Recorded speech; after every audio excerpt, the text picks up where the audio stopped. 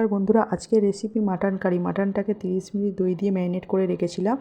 একটা গরম তেলে দিয়ে দিলাম পেঁয়াজ কুচি, কাঁচা লঙ্কা চেরা, আর তার মধ্যে দিয়ে দিলাম রসুন কুচি, দিয়ে ভালো করে মিক্সড করে নিলাম।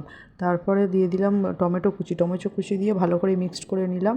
তারপরে তার মধ্যে দিয়ে দিলাম স্বাদ মতো নুন দিয়ে ভালো করে মিক্সড করে নিলাম। তারপরে দিয়ে দিলাম আদা কুচি দিয়ে ভালো করে মিক্সড করে নিলাম। তারপরে একটি ছোটো বাটিতে অল্প পরিমাণ জলের মধ্যে হলুদ আর লঙ্কা গুঁড়ো মিক্সড করে রেখেছিলাম, সেটা দিয়ে দিলাম। দিয়ে ভালো করে মশলাটা কষিয়ে নিলাম।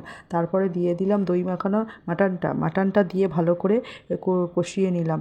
তারপরে ভালোভাবে কষানো হয়ে গেলে তার মধ্যে দিয়ে দিলাম গরম জল দিয়ে তারপরে মাটন দিয়ে দেবো। মাটনটা ফুটতে দিলাম ভালো করে। ফুটতে দিয়ে গ্যাসের ওভেনটা লো ফ্লেমে করে দিয়ে তার মধ্যে একটা পাত্র চাপা দিয়ে দিলাম। দিয়ে 30 মিনিট কুক করতে দিলাম। তারপরে যেই দেখবো মাংসটা সেদ্ধ হয়ে এসেছে, তার মধ্যে গরম মশলা ছড়িয়ে রেডি আমাদের মাটন কারি। আপনাদের এই ভিডিওটা ভালো লাগলে অবশ্যই শেয়ার করবেন আর লাইক কমেন্ট করে আমার পাশে থাকবেন। ধন্যবাদ।